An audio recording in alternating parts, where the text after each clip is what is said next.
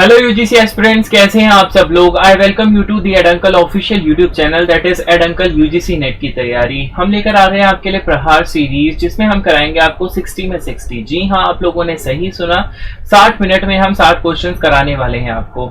आज हमने सब्जेक्ट उठाया है commerce. I S Sahil Balhara an expert faculty in general paper 1 commerce and management. देरी ना करते हुए हम आज के पहले क्वेश्चन की तरफ बढ़ते हैं। पहला क्वेश्चन देखते हैं क्या कह रहा है। विच of the below factor affecting economic growth of the environment. हमें बताना है इकोनॉमिक ग्रोथ में कौन सा फैक्टर अफेक्ट करता है। A is exchange rate, B is currency rate, C is buying power, and D is none of the above. So the answer for this particular question is A, that is exchange rate.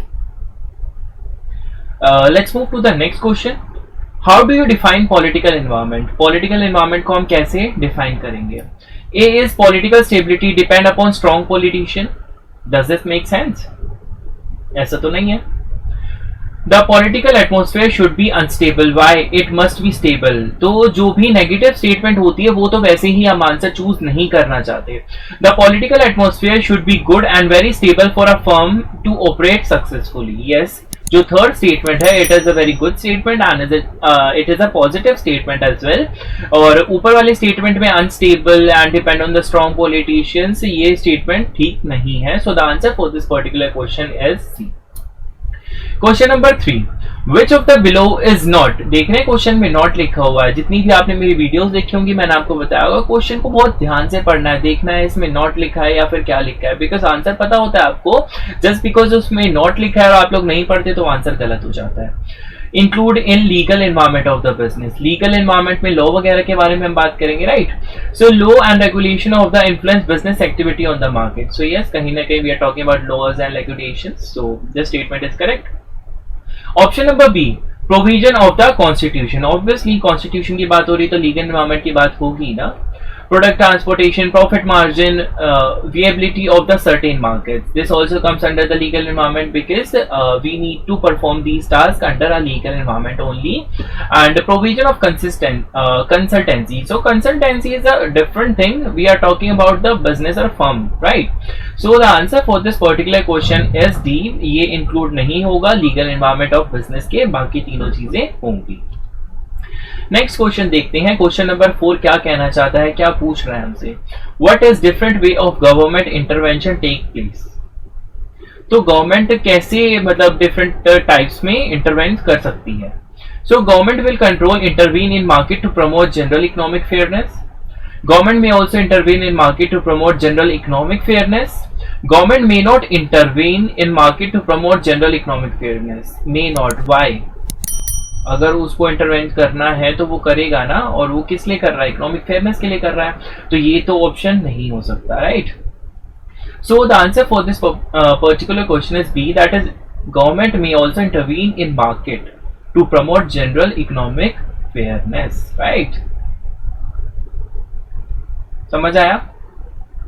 Okay, next question, which one of the below belongs to type of globalization. तो हमें बताना है globalisation में इन चारों में से कौन सा टाइप हो सकता है। Environment globalization, social globalization, product globalization and none of the above. So when we talk about the globalization the answer will be the social globalization. देखते हैं अगला question, why are investment in foreign portfolio important. So foreign portfolio में अगर हम invest करेंगे तो क्यों important है। 4 पॉइंट्स लिखे हैं, आपको पढ़ के बताना है कि क्यों इंपॉर्टेंट है।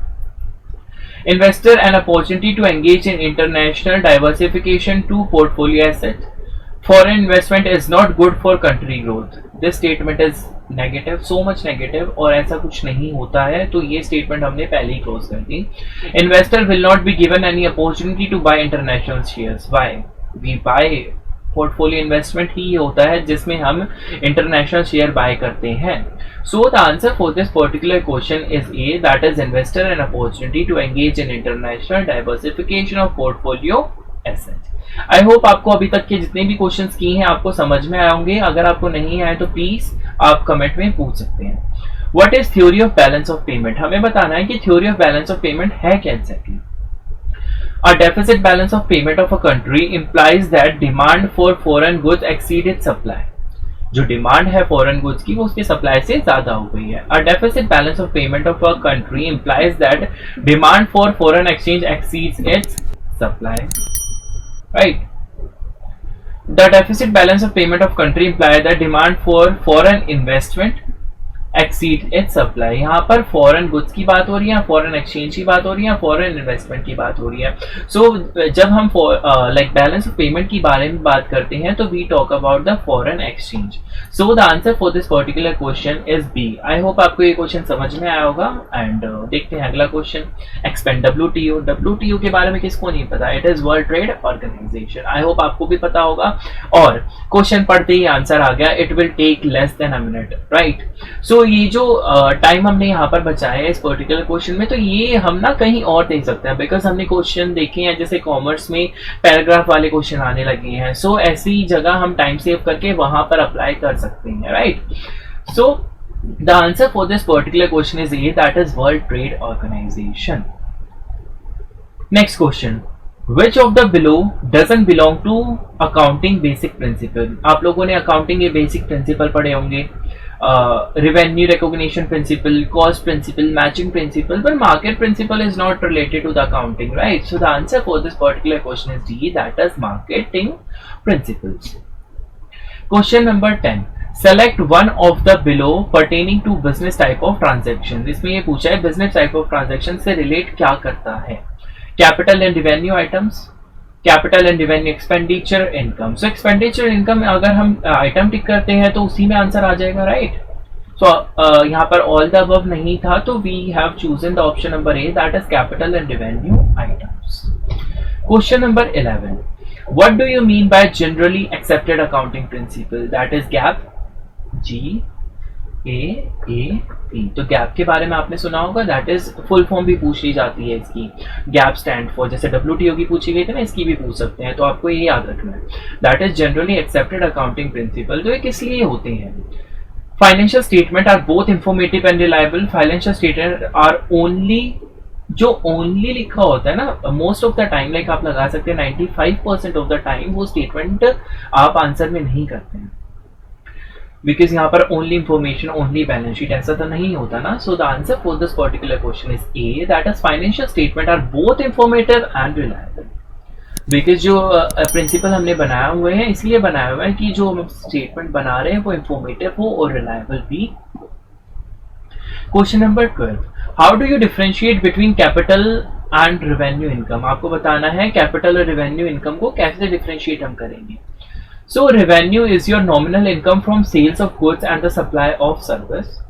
Revenue is your nominal expense from sales of good or the supply of service. Right. Revenue is income of the company. तो आपको बताना है कि यहाँ पर नॉर्मल इनकम लिखा है या नॉर्मल एक्सपेंस लिखा है, and revenue is the income of the company.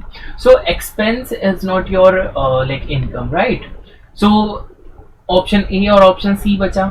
Option C हम इसलिए नहीं करेंगे बिकॉज यहाँ पर फुल इंफॉर्मेशन नहीं दी हुई. इससे ज्यादा एक ब्रॉड हमें वो पॉइंट दिया हुआ है, that is option number A. Revenue is your nominal income from sales of goods and the supply of the service. So the answer for this particular question is A, and I hope आपको question समझ में आया होगा. And let's move to the next question. How do you define inflation? Inflation महंगाई हम कैसे बताएंगे? Inflation is a state of income. Inflation is a state of expenditure. Inflation is a state of affair when money in circulation. So inflation जब money circulation आपकी market में ज़्यादा हो जाती है, so we can say कि inflation हो गई है, right? So the answer for this particular question is C. That is, inflation is a state of affair when money in circulation. Question number 14. Which one of the below belongings to admission of the partner? जब एक partner का admission होता है उसके बाद कौन seed treatment की जाती है? 4 स्टेटमेंट गिवन है, आपको पढ़ के बताना है which is related to the admission of the partner. So option number ए में बोल रहा है a new partner is not required to bring amount towards his share or goodwill. Why not required? ऐसा तो नहीं होता है ना. जो भी नया पार्टनर आ रहा है वो कुछ ना कुछ गुडविल तो लेके आता है. तो स्टेटमेंट 1 हमने क्या की? डिस्क्वालीफाई कर दी. Option number B, the new partner is required to bring some amount which is known as the premium or share of the goodwill. The new partner is required to buy only bring only proof. ऐसा नहीं होता, जब भी वो आता है कुछ ना कुछ अमाउंट लेकर आता है जिसको हम प्रीमियम और शेयर ऑफिस गुडविल बोलते हैं। So the answer for this particular question is B. Question number 15, considering the death of the partner the treatment given to the goodwill. अभी हमने किससे क्वेश्चन कवर किया, हमने एडमिशन से कवर किया, अब हम डेथ से कवर कर रहे हैं। सो देख रहे हैं हम कितने सारे टॉपिक साथ साथ लेकर आ रहे हैं सो दैट आपकी तैयारी अच्छी हो, हर एक टॉपिक आपका कवर हो जाए। सो जब डेथ होती है तो क्या ट्रीटमेंट दी जाती है गुडविल को, तो goodwill will be given to his family. The goodwill was to be valued at 3 years purchase of average profit. The goodwill is return of. So जब डेथ हो जाती है तो हम क्या करते हैं, the goodwill has to be value, हमें उसे वैल्यू करना पड़ता है at 3 years purchase of average profit. Question number 16, what is kind of treatment given to partner once he become insolvent. जब वो इंसॉल्वेंट हो जाता है, मतलब उसका दिवालिया निकल जाता है, तो हम क्या करते हैं, हम उसको क्या बताते हैं, filing a petition in bankruptcy, filing a year return, information of the customer regarding insolvency, none of the above. So जब वो insolvent हो जाता है तो we need to file a petition in bankruptcy. Question number 17, which one of the below explain in detail with regard of forfeiture। आपको बताना है जब आप forfeiture करते हो तो उसका क्या मतलब होता है, कौन सी स्टेटमेंट जो यहाँ चारों में से लिखी हुई है उसको एक्सप्लेन कर रही है।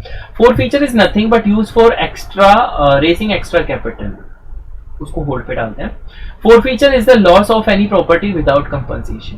फोरफीचर क्या होता है, जैसे आप अपने शेयर की प्रीमियम देते हो और प्रीमियम नहीं दे पाते तो आपके शेयर फोरफीट हो जाते हैं, मतलब जो आपने पैसा दे दिया या आपकी प्रॉपर्टी दे दी वो फोरफीट कर ली जाती है और आपको कोई भी कंपनसेशन उसका नहीं मिलता है, right.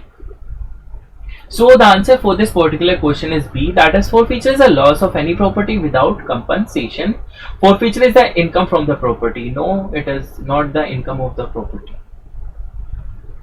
Question number 18, what is the actual meaning of winding up? Winding up dissolution से क्वेश्चन आ गया, देख रहे हैं आप। तो वाइंडिंग अप का क्या मतलब है वो पूछना चाहता है, 4 स्टेटमेंट लिख के आपको बताना है what exactly winding up means. So winding up means the new company will take the asset and liability of the existing company.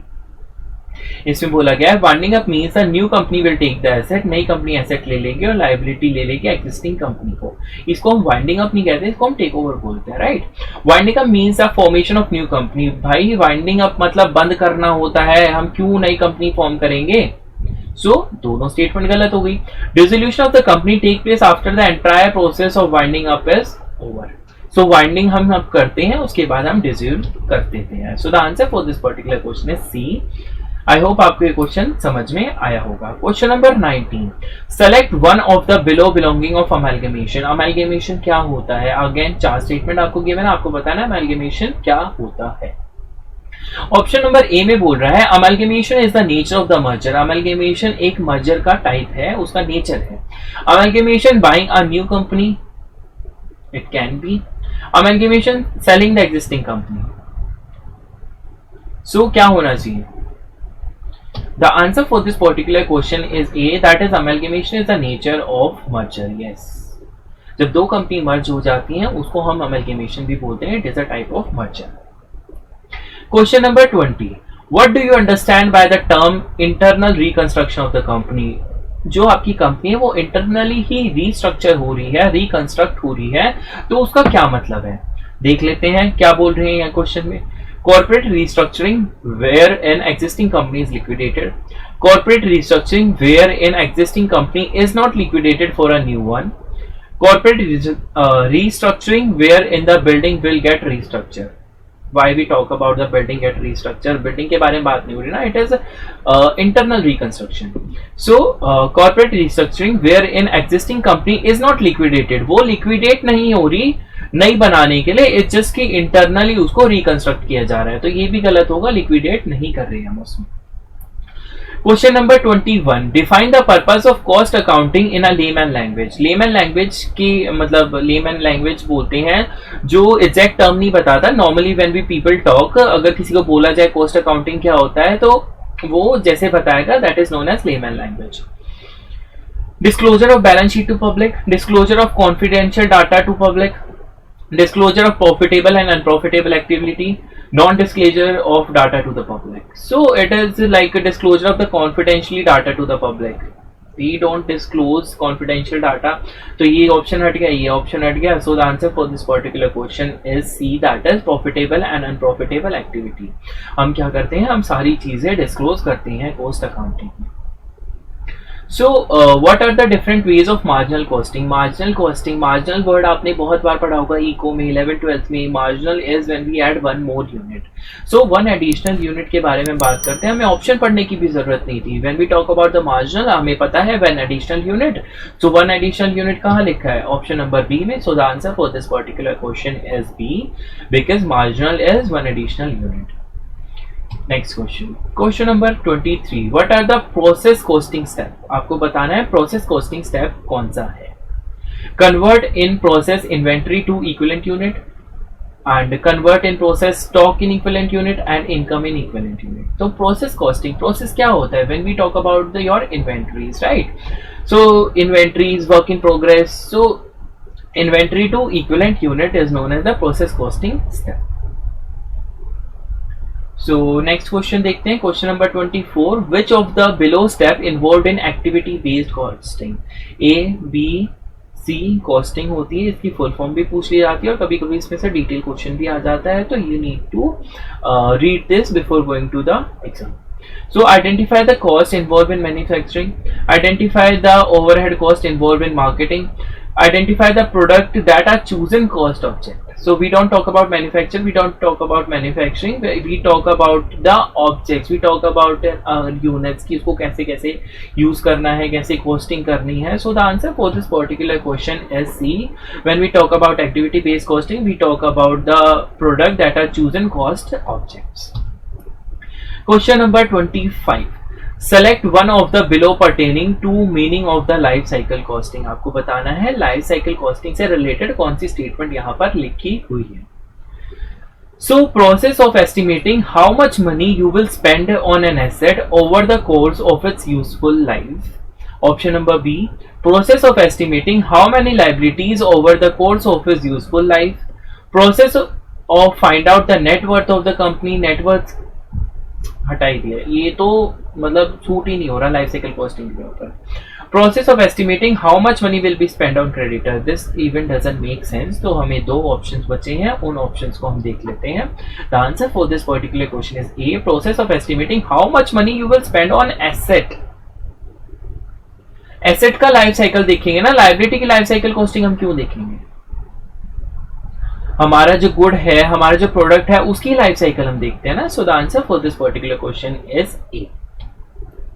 I hope आपको मजा आ रहा होगा. इतने सारे क्वेश्चंस आपको देखने को मिल रहे हैं, साथ साथ आंसर्स भी मिल रहे हैं, इतनी ज्यादा प्रैक्टिस हो रही है. आई होप आपको पसंद आ रहा होगा. पसंद आ रहा है तो प्लीज कमेंट बॉक्स में लिखकर बताइए कि हाँ सर हमें ये चीज पसंद आ रही है, इसको कंटिन्यू रखो. It will be helpful for our examination.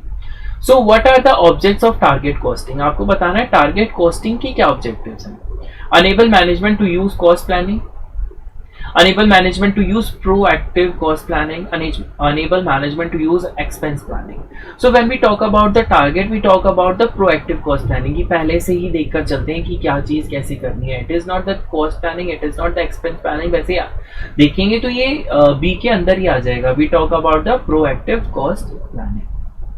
So the answer for this particular question is B. Question number 27. Select one among the below pertaining to the types of ratio. आपने बहुत सारे रेशियोज पढ़े होंगे, तो आपको बताना है कि मतलब इन चारों में से जो भी चीजें लिखी हुई हैं, एक बताना है जो रेशियो आपने पढ़ा हुआ है. Reliability ratio, profitability ratio, viability ratio, none of the above.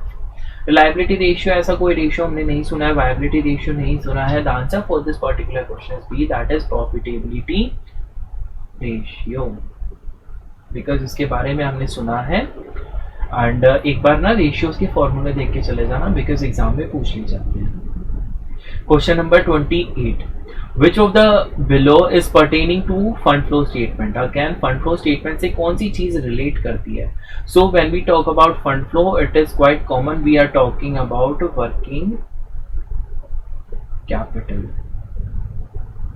So investment expenditure हम हटा देंगे, working capital is the answer. So आप लोगों को याद रखना है, when we talk about the fund flow analysis we are talking about the working capital. So the answer for this particular question is A. Question number 29. Select one of the below pertaining to the cash flow statement. So when we talk about the cash flow statement, आपको बताना चारों में से कौन सा उससे relate करता है, budgeting, financing, marketing and advertising. So cash flow हम फाइनेंसिंग एक्टिविटीज में आएगा, don't you think so? Because marketing में नहीं होगा, एडवर्टाइजिंग में नहीं होगा। We talk about marketing strategy, advising, तो in financing we talk about the cash, right?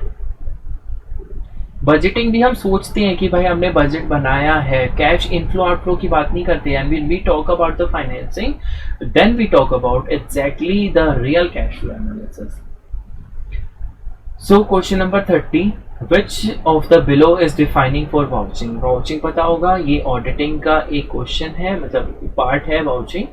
सो आप देख सकते हैं कि ऑडिटिंग से भी एक दो क्वेश्चन पूछ लिए जाते हैं। सो ऑडिटिंग भी आप पढ़ लेना, it is quite easy. So vouching can be done as a loss process. Vouching is not mandatory for business, obviously it is mandatory, तो ऑप्शन बी तो हमने वैसे ही हटा दिया।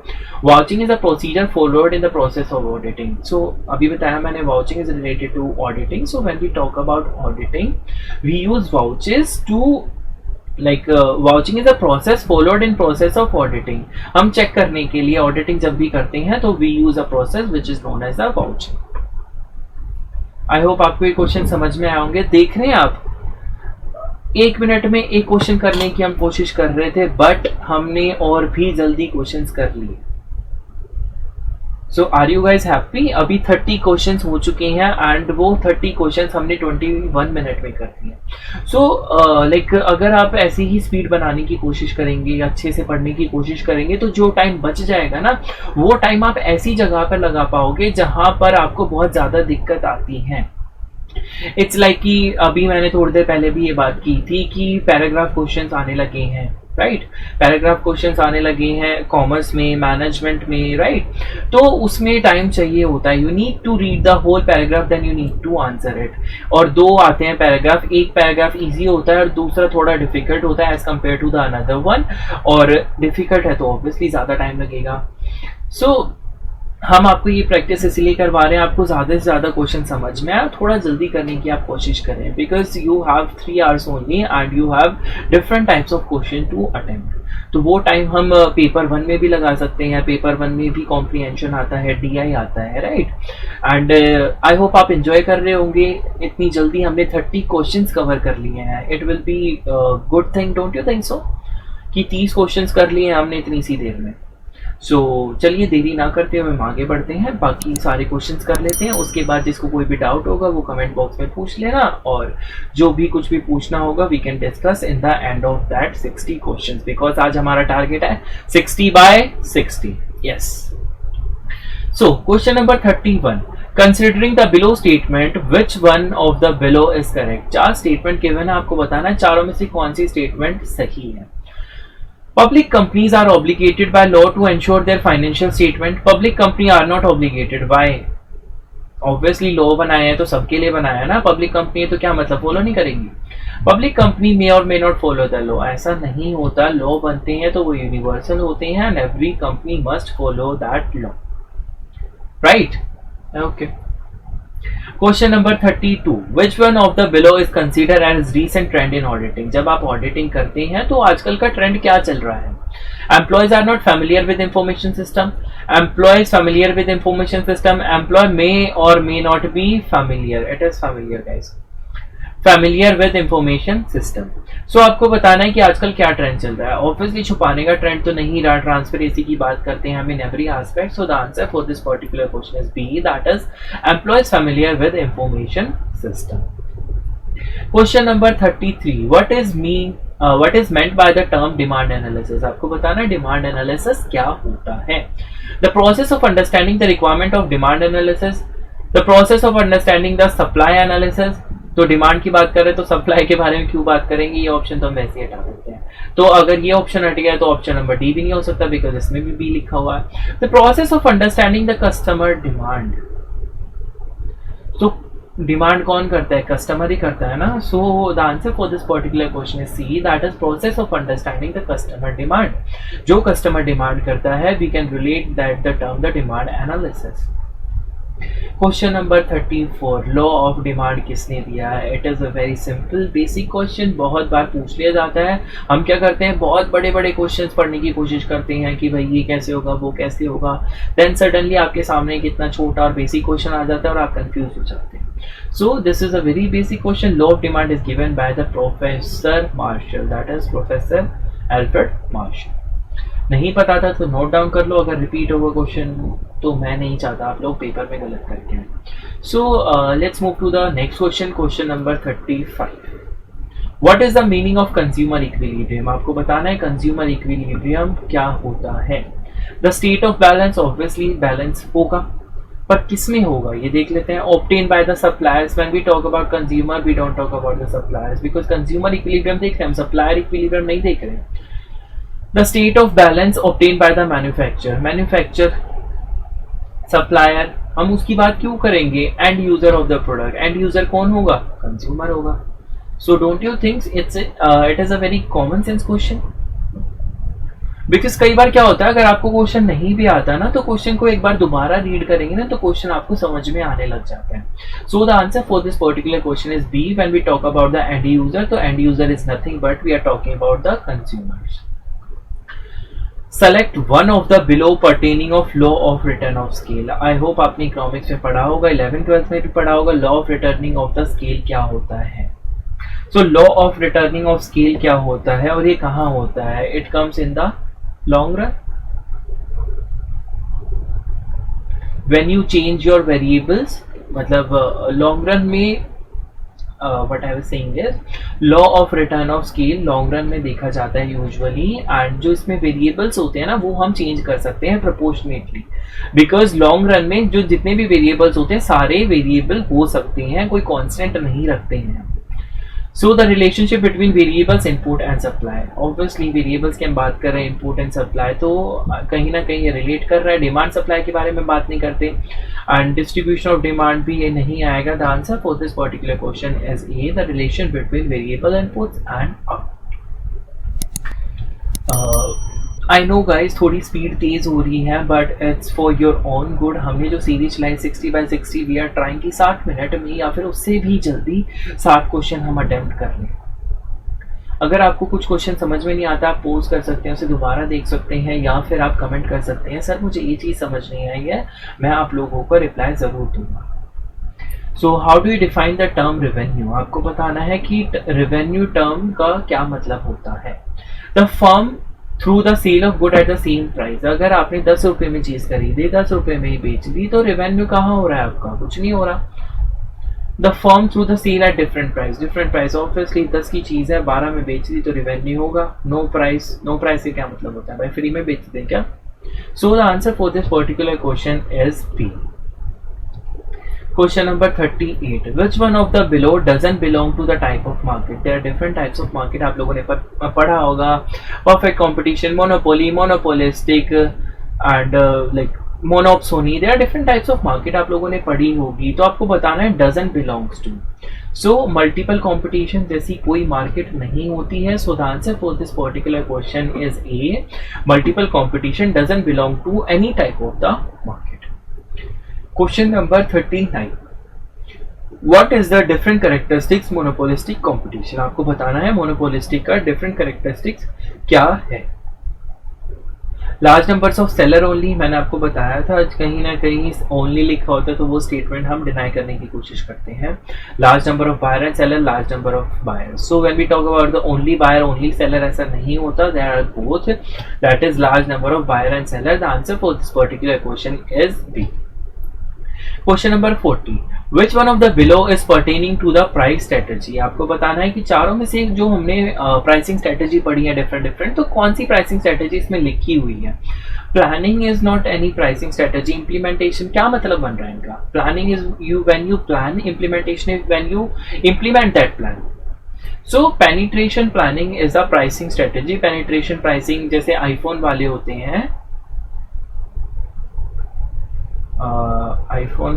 हैं, तो ये क्या करते हैं, अपना प्राइस ना हाई रखते हैं. No no no, wait a second, that is skimming. So when we talk about the penetration pricing, जब एक न्यू प्रोडक्ट आता है वो बहुत ही ज़्यादा कम प्राइस रखता है to enter in that particular market. कि जैसे ये एक पेन है, चलो ये एक पेन है, तो इस पेन का प्राइस कितना है, 10 रुपये. तो अगर किसी और पेन को लेकर आना है तो what we try to do is, हम उसे 9 में या फिर 8 में बेचेंगे, हम उसका प्राइस कम करेंगे so that we can penetrate in that particular market. I hope आपको ये क्वेश्चन समझ में आया होगा. The answer for this particular question is B. Question number 41, अगला क्वेश्चन देखते हैं क्या कहने की कोशिश कर रहा है. Select one of the below pertaining to the source of finance. आपको बताना है finance is related to the money and कौन सा सोर्स ऑफ फाइनेंस है. Preference share, equity share and debentures. आपको तीनों में से चूज करना है. समवेयर आपको लग रहा होगा कि हाँ भाई फाइनेंस की बात तो हर जगह होती है, preference share, equity shares and debentures as well. So the answer for this particular question is C, that is debentures. Because when we talk about the finance, only finance, because तीनों में से choose करना था तो हमने किसको choose किया, debentures को. Because equity shares and preference shares में आपको पैसा तो मिलता है बट कहीं ना कहीं you are sharing your company, right. Next question. Question number 42. Which one of the below comes under risk return? तो रिस्क रिटर्न का क्या मतलब होता है. The intensity of the risk depend on the savings. भैया आपकी सेविंग्स है, उस पर क्या रिटर्न्स आप इन्वेस्ट मतलब सोचते हो, कुछ नहीं. एक्सपेंस कर रहे हैं भाई, खर्चा कर रहे हैं, तो ये भी रिलेट नहीं करता रिस्क रिटर्न से. ऊपर इन्वेस्टमेंट हम करते हैं, जब हमने शेयर्स में इन्वेस्ट किया 10 की हमने इन्वेस्ट कर दिया, तो there is a risk return कि भाई हमने शेयर में इन्वेस्ट तो कर दिया, क्या हमें उतना वापस मिलेगा या नहीं मिलेगा. तो हमें बताना था which one of the below comes under risk return. So the answer for this particular question is A. Question number 43. How does scrutinize of asset work. Asset work का स्क्रूटिनाइज का क्या मतलब होता है. Asset are pool so that they can not be repacked. भाई asset उसको ऐसा pool कर लेंगे, इकट्ठा कर लेंगे, भाई उसे रीपैक ही नहीं करेंगे. तो is it making sense. Asset are pool so that they can be repacked into interest bearing securities, right. भैया सिर्फ एसेट को लेकर आना, भाई उसे खोलना नहीं, तो उसको स्क्रूटिनाइज तो नहीं बोलेंगे ना. Asset are pool so that they can और कैन नॉट बी रीकैप्ड, मतलब repacked. Can be, can not be, इसी स्टेटमेंट को थोड़ा सा मे बी में कन्वर्ट कर दिया. But the answer for this particular question is B, that is they can be packed into interest bearing securities. Question number 44. What is the definition of cost of capital. आप लोगों ने पढ़ा होगा cost of capital में definition क्या होती है. We talk about, right, what, branding नहीं होता, कैपिटल मार्केट के बारे में बात नहीं करते. We talk about the capital budgeting project. Is that clear, guys? So the answer for this particular question is B. Question number 45. Which one of the below related to working capital? अभी मैंने बात की थी working capital के बारे में हम बात कर रहे थे, तो answer will B withdrawal. Deposit नहीं होगा, उस कैश को मैनेज कैसे करेंगे. So the answer for this particular question is A. That is cash management is related to the working capital. Question number 46. Identify the characteristics of a residual dividend policy. Again मैं question पढ़ देता हूँ. Identify the characteristics of a residual dividend policy. आपको बताना है कि जो पैसा बच गया है डिविडेंड में, जो नहीं दिया है, उसकी पॉलिसी क्या होती है, उसकी कैरेक्टरिस्टिक्स क्या होती है. The dividend are highly volatile. Yes, dividend are highly volatile. अगर फायदा होगा तो हम देंगे, नहीं होगा तो नहीं देंगे. कंपनी पे the remaining amount after it's capital expenditure. Yes, company should like अपने जो खर्चे हैं उनको पहले निकालती है, उसके बाद पैसा देने की कोशिश करती है. तो the remaining amount after meeting its capital expenditure. First the company try to meet their capital expenditure, then the remaining amount they give to like share holders as a dividend. So the answer for this particular question is C, that is both A and B are the characteristics of the residual dividend policy. Question number 47, identify the disadvantage of gold standard. पहले gold standard चलता था, हम gold में चीज़ें exchange करते थे, right. तो gold standard के हमें डिसएडवांटेज बताने हैं। जब पैसा नहीं आया था, there was a gold standard, तो हमें बताना है कि उसकी क्या डिसएडवांटेज है। No flexibility in money supply, obviously gold standard है तो मनी सप्लाई में फ्लेक्सिबिलिटी कैसे हो सकती है? We need to give gold only. rise in real money and can occur in price level, तो real money नहीं था ना, we are talking about the gold, so they both are the disadvantage, क्योंकि हम दोनों में मनी के बारे में बात कर रहे हैं ना, तो हमारा तो गोल्ड स्टैंडर्ड था, तो ऑब्वियसली मनी के जो फायदे हैं they are the disadvantage of the gold standard. So the answer for this particular question is C, that is both A and B are the disadvantage of gold standard. Question number 48. In the financial system, if there is an increase in the number of buyer and seller, it increase. Number of buyer and sellers बढ़ जाएंगे financial system में तो क्या होगा? कॉन्ट्री होगी या currency होगी? Does they make sense? कोई वर्ड भी है ये? The answer for this particular question is B, that is liquidity. So in a financial system, if there is an increase in number of buyer and seller, it increase the liquidity, right? Okay. Question number 49. Identify the characteristics of normal distribution. Normal distribution आप लोगों ने सबने पढ़ा होगा statistics में, तो इसकी हमें characteristics देखनी है। It is a distribution with no skew. Obviously कोई यहाँ पे bend नहीं है, इधर भी नहीं है, इधर भी नहीं है। Mean median mode are the same. Yes, mean median mode are same. और इसकी एक characteristics और है, जो इसकी ये end है, ये मतलब ये जो इसके एंड है ये मीट नहीं करते हैं, राइट। एक्स एक्सिस से ये मीट नहीं करते हैं, so this is also an characteristics of the normal distribution. So the answer for this particular question is C, that is it is a distribution with no skewness and mean median mode are is मतलब is same. तो answer क्या हुआ इसका? C, that is both. Question number 50. In a distribution, if the mean is identified to be lesser than the mode, mean जो है हमारा वो कम है मोड से, तो क्या होता है? जो हमारा स्क्यूनेस है वो पॉजिटिव होगी, नेगेटिव होगी, या फिर कोई स्क्यूनेस नहीं होगी, या none of the above. Obviously या तो पॉजिटिव होगी या नेगेटिव होगी या नो स्क्यू होगी। नन ऑफ द अबव क्या होता है? So the answer for this particular question is A, that is negative is Q. Positive होता तो मीन ज्यादा होता, नेगेटिव है तो मीन कम है। Mean is less than mode, positive होता तो mean is greater than mode. So ये क्वेश्चन प्रीवियस ईयर क्वेश्चन में भी पूछा गया है, तो इसको आप इंपॉर्टेंट मार्क कर लेना, बिकॉज हो सकता है ये क्वेश्चन रिपीट हो जाए, राइट। आई होप आपने नोट कर लिया होगा and we will be moving to the next question. Question number 51. Identify the types of correlation. हमने बहुत सारे टाइप्स की कोरिलेशन पढ़े हैं, positive correlation, negative correlation, no correlation. तो आपको बहुत सिंपल सा क्वेश्चन आपको बताना है टाइप्स ऑफ कोरिलेशन क्या है। So the answer for this particular question is C, that is A and B. Positive correlation भी होता है एंड नो कोरिलेशन भी होता है। Question number 52. Dash are the description with no meaning just like plain fact. चार option दे रखे हैं, डाटी, डाटी, आई डोंट नो व्हाट डाटी इज, कुछ नहीं होता डाटी। So data, description, description is like description और डिस्क्रिप्शन तो नहीं हो सकता ना, ये तो सेंस ही नहीं बन रहा है। इंफॉर्मेशन और description with no meaning just like plain fact, no. Data is raw, मतलब डाटा जो होता है वो रॉ फॉर्म में होता है एंड इंफॉर्मेशन में मीनिंग होता है, right. So the answer for this particular question is B, data. Data जिसमें कोई भी मीनिंग नहीं होता, they are just only the fact कि हम क्या जैसे डाटा इकट्ठा करने गए। So we ask few peoples कि मुझे आपके ये चीज़ें एज के बारे में बता दो, इनकम के बारे में बता दो, कहाँ रहते हो, क्या नाम है, क्या करते हो, फैमिली में कौन कौन है। तो वी जस्ट गैदर्ड, मतलब हमने इकट्ठा कर लिया, that is known as the data.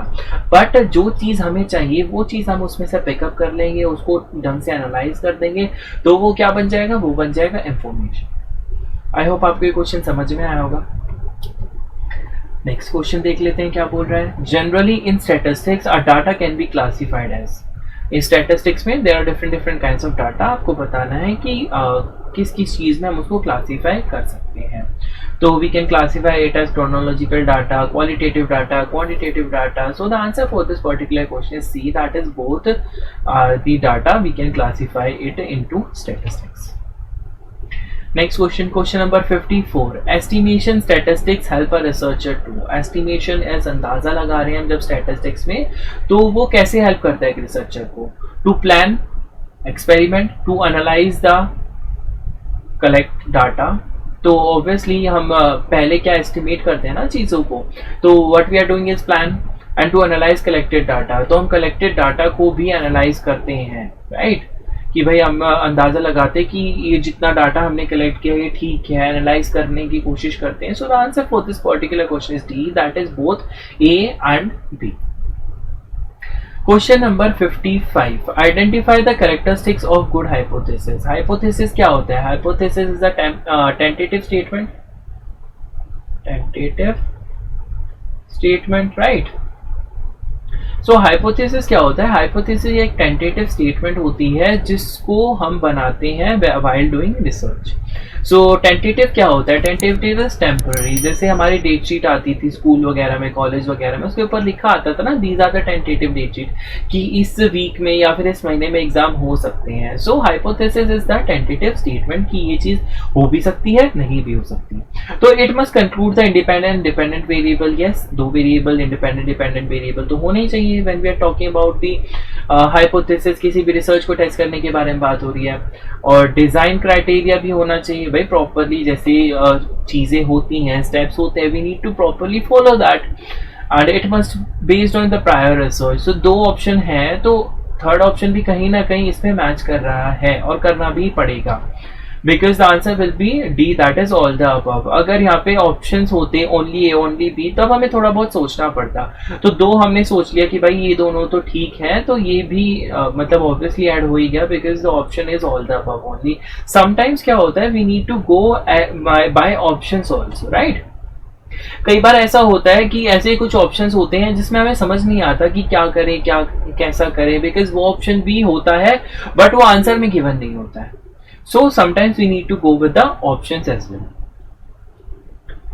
Question number 56. Identify the points that are considering while writing a statistical report. जब आप एक रिपोर्ट लिखते हो तब आप क्या करने की कोशिश करते हो? Content of the report, presentation of the report, both A and B, only A. तो आपको बताना है कि identify the points that are considered while writing a statistical report. जब आप रिपोर्ट लिखते हो तो कैसे पॉइंट्स जो है आपको कंसीडर करने चाहिए, ध्यान में रखने चाहिए. कंटेंट, उसका कंटेंट अच्छा होना चाहिए. प्रेजेंटेशन पे उस पर ध्यान रखने चाहिए ना कि भाई हम जब कुछ चीज प्रेजेंट कर रहे हैं, कुछ भी रिपोर्ट लिख रहे हैं, तो that must be good. So the answer for this particular question is C, that is both A and B. Content as well as presentation must be consider while writing a statistical report. Question number 57. Identify which of the following can be considered as a device of corporate governance. तो corporate governance क्या होता है? The rules and regulation that a firm must follow, right? तो आपको बताना है कि चारों में से कौन से कंसिडर हो सकते हैं. A is effective use of resources, B is corporate social responsibility, C is employee training, D is B and C. So corporate governance we talk about the rules and regulation. जो भी हम resources वगैरह use कर रहे हैं उनको अच्छे से करें and this is a responsibility. It's just not like कि भाई हमने रूल बना दिया आपको ये चीजें ऐसे करनी ही करनी है. और employee training we talk about the like employees, right. तो कंपनी की मर्जी ना वो उसकी ट्रेनिंग करवाए या ना करवाए. Why the government will go under that particular thing कि नहीं भाई आपकी कंपनी में आपको ट्रेनिंग करवानी पड़ेगी. It doesn't related to the government, it just the matter of the firm only. तो ये नहीं हो सकता, इसमें सी लिखा है तो ये भी नहीं हो सकता. So the answer for this particular question is A, that is effective use of resources. Rules and regulations होते हैं that you can not waste these particular resources, या फिर यहाँ पर नहीं कर सकते, वो नहीं कर सकते. तो corporate governance are just the rules and regulations. Next question here is question number 58. I hope आपको मजा आ रहा होगा। इतनी जल्दी जल्दी हम क्वेश्चंस कर रहे हैं एंड आपको लाइक विद इन एक घंटे के अंदर अंदर आपको मैंने कितने सारे क्वेश्चंस करवा दिए। सो आपकी प्रैक्टिस भी हो रही है और आपको चीजें समझ में भी आ रही है। बाय चांस अगर आपको नहीं भी आता है तो आप कमेंट में मेरे को बता दीजिए कि सर ये पर्टिकुलर क्वेश्चन में प्रॉब्लम आ रही है, right. So the management decision in the company should be taken according to scientific analysis and not according to the manager interest. So क्या है कि management decision in the company, तो एक company में जो मैनेजमेंट का डिसीजन होता है should be taken according to scientific analysis. जो भी हमें रूल्स एंड रेगुलेशंस बनाए हुए हैं, लॉ बनाए हुए हैं, उसके अकॉर्डिंग हमें फॉलो करना चाहिए, not according to the manager interest, right. Manager का इंटरेस्ट की वजह से हम थोड़ी ना डिसीजन ले पाएंगे मैनेजमेंट के। So this purpose statement which principle of management, कौन सी प्रिंसिपल ऑफ मैनेजमेंट ऐसी चीज लिखी हुई है, वो लिखी हुई है मेंटल स्टेबलाइजेशन। नेक्स्ट भाई पोस्ट कॉर्प आपने सुना ही होगा, right. Planning, organizing, directing, staffing, controlling, organizing, right. उसके बाद आरबी आ जाता है। तो व्हाट डज आरबी रिप्रेजेंट, आपको बताना है। जो पोस्ट कॉर्प है उसमें आर और बी क्या रिप्रेजेंट करता है, recovering and bargaining, reporting and budgeting, recovering and budgeting. So bargaining तो बिल्कुल नहीं हो सकता, तो एक ऑप्शन हमने हटा दिया। Recovering and budgeting, what does recovering means, recovering क्या होता है, रिकवरिंग नहीं आना चाहिए इसके अंदर। The correct point is reporting and budgeting, planning, organizing, directing, staffing, controlling, organizing, reporting and budgeting. So R and B here represent the reporting and budgeting, जो हमें ऑप्शन नंबर बी में दिया हुआ है। So the answer for this particular question is B, that is reporting and budgeting. Are you guys enjoying? Please अगर आपको अच्छा लग रहा है, ये एफर्ट्स अच्छे लग रहे हैं कि भाई इतने सारे क्वेश्चन की प्रैक्टिस करवाई जा रही है सिर्फ और सिर्फ किसके लिए, आप लोगों के लिए। सो स्ट्रेटेजी हमारी, मेहनत आपकी। और इसको प्लीज शेयर कर देना, प्लीज लाइक भी कर देना, कमेंट भी कर देना, शेयर भी कर देना और बेल आइकन भी दबा देना, बिकॉज जैसे ही वीडियो आएगी आपके पास पहुंच जाएगी, आप फटाफट से अपनी रिवीजन स्टार्ट कर पाएंगे। Question number 60, Dash is the obligation to carry out duties and achieve organization goal. Authority is the obligation to carry out duties. Authority होती है तो हम ऐसा कुछ नहीं है ना कि भाई हमें हमारे पास अथॉरिटी है तो हम ड्यूटी को कैरी आउट करेंगे। अथॉरिटी है तो हम ड्यूटीज को लाइक डेलीगेट भी कर सकते हैं। सो delegation is the obligation, delegation is not also the obligation. Responsibility is the obligation, कि भाई आपको रिस्पॉन्सिबिलिटी दी गई है कि आपको ये ड्यूटीज करनी है और ऑर्गेनाइजेशन गोल को अचीव करना है। So the answer for this particular question is B, that is responsibility. Responsibility is the obligation to carry out duties and achieve organisation goal. देख सकते हैं आप, वी सेव 10 मिनट्स, 50 मिनट में हमने 60 क्वेश्चन कर दिए। सो आई होप आपको चीज़ें समझ में आई होंगी और मज़ा आया होगा और इतने सारे क्वेश्चंस करने को मिले होंगे। सो आई होप मेरे एफर्ट्स आपको अच्छे लग रहे होंगे। सो that's all about today and जो चीज़ हमने प्रॉमिस की थी कि 60 मिनट के अंदर अंदर हम आपको 60 क्वेश्चंस करवाएंगे, वो चीज़ हमने करवा दी है। Now it's up to you, अब आप लोगों को प्रैक्टिस करनी है, आप लोगों को तैयारी करनी है, क्वेश्चन को ध्यान से पढ़ना है, आंसर करने की कोशिश करनी है। जो जो टिप्स मैं हर अपनी वीडियोज़ में देता हूँ, अगर आपने पीछे देखी होंगी तो आपने सुना भी होगा कि मैं क्या कहता था। आई ऑलवेज से क्वेश्चंस को ऐसे पढ़ो जैसे आप एग्जाम में बैठे हो। इट्स नॉट जस्ट कि भाई हम बहुत कैजुअल होकर करें कि भाई ये क्वेश्चन ऐसे चल रहे हैं, क्वेश्चन वैसे चल रहे हैं। It's not like that, you need to behave like that कि आप एग्जाम में पेपर दे रहे हो अभी। सो स्टार्टिंग से अपना माइंडसेट ऐसा रखोगे ना तो एग्जाम में जाकर वो थोड़ा आपको काम आएगा। बिकॉज एग्जाम में सडनली ऐसे क्वेश्चन आ गए तो आपका मूड चेंज हो गया या फिर आपको चीज़ें समझ में नहीं आई कि क्या करूँ कैसे करूँ। So you need to look after the all the things. और इवन मेरी बहुत सारी और वीडियोज़ हैं, how to manage time and PYQ series भी मैंने चलाई थी, तो आप वहाँ पर जाके उन्हें भी देख सकते हैं। And 60/60 just for you guys, because exam is very very near. I really want कि आप सब लोग अच्छे से प्रिपेयर करें और सब नेट और JRF निकाल लें अपना। So I hope you enjoy my today's session and this is our Telegram channel, that is add uncle UGC NET की तैयारी। आप टेलीग्राम चैनल पर सर्च करेंगे एड अंकल यूजीसी नेट की तैयारी तो आपको टेलीग्राम चैनल मिलेगा and this is our logo. So Telegram channel पर जाना, जितनी भी वीडियोस मैं बना रहा हूँ या फिर कोई और फैकल्टीज बना रही है, I will post in the Telegram group so that आपको इधर उधर सर्च ना करनी पड़े, आपको डायरेक्टली वहाँ से मिल जाए। Even I post some quiz there, मैं वहाँ पे क्विज भी पोस्ट करता हूँ, आप उसको भी जाके अटेम्प्ट कर सकते हैं। जैसे 5 क्वेश्चन डाल दिए रैंडमली किसी भी सब्जेक्ट के, 10 क्वेश्चन डाल दिए, तो what you can do is randomly चलते स्क्रॉल करते करते आपने आंसर्स कर लिए, आपकी चीज़ें तो ब्रशअप हो ही रही है ना। एंड जो भी नोटिफिकेशन आती है सबसे पहले हम आपको टेलीग्राम ग्रुप पर बता दिया करेंगे, so you can join, it will be very very helpful for you guys. And this is our official YouTube channel, आप लोगों को पता ही होगा बिकॉज आप लोग मेरे साथ बैठे हैं यहाँ पर, that is add uncle UGC NET की तैयारी।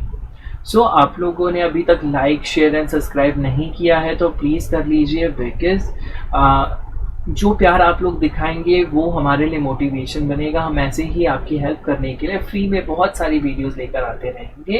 And I always say sharing is caring, so please share कर देना अपने दोस्तों के साथ सो दैट वो भी अपनी तैयारी कर पाए। उन लोगों के साथ शेयर करो जो लोग अफोर्ड नहीं कर सकते महंगी महंगी कोचिंग्स वगैरह।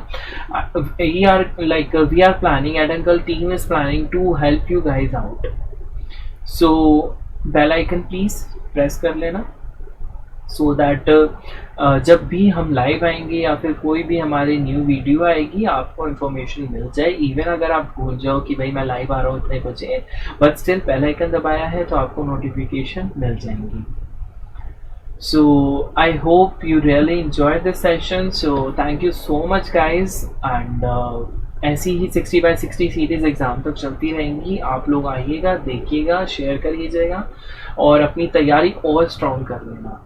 एंड आई होप जैसे मैंने बताया था पेपर पेन लेके बैठे होंगे, साथ साथ क्वेश्चन सॉल्व कर रहे होंगे and at the end of that particular class आपको रियलाइज हो जाएगा कि हाँ मैंने इतने में से इतने क्वेश्चन सही किए and you got to know where do you stand. So that's all about today, thank you so much for joining us, bye bye guys. मिलते हैं कल की क्लास में, कल भी हम यही चीज़ कंटिन्यू करने वाले हैं 60x60 series. Bye bye guys, thank you. Now install all new Ed Uncle mobile app for a holistic learning experience of your higher education. From doubt solutions, preparation notes, exam updates, and practice questions, get all of these under one roof. Follow our social media for latest exam notifications and share your concerns with us through WhatsApp. Like the video, subscribe the channel and comment your suggestions down below. With Ed Uncle, karo life की तैयारी।